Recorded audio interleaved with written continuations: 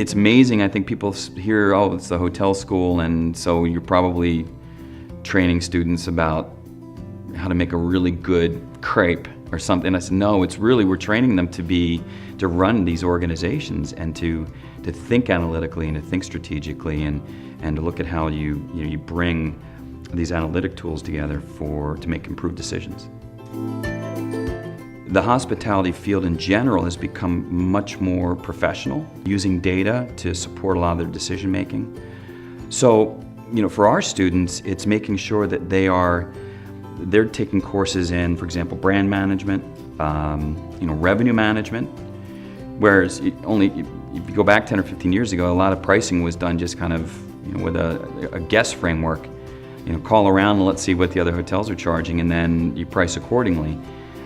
But we're finding that it would be a competitive disadvantage at this point. So, we try to make sure that our students are coming out of the School of Hotel Administration not just with a good understanding of the industry, but of also a firm grasp of the analytic tools that they're going to need to hit the ground running as decision makers.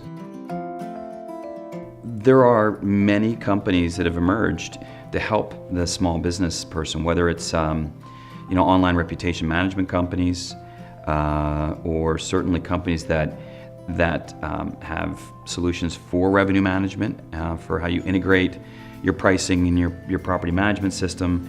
So I think we've moved away from the kind of model where a hotel company would have to buy a big piece of software, and instead more of a subscription-based model where they can buy the knowledge that some of these companies have to help them manage their business better. So I actually think the small mom and pop is in a much better position today than they were 10 or 15 years ago, because these tools are all available and most of them are scalable. So if they have X number of rooms, the pricing changes for them. So it's something that is more manageable.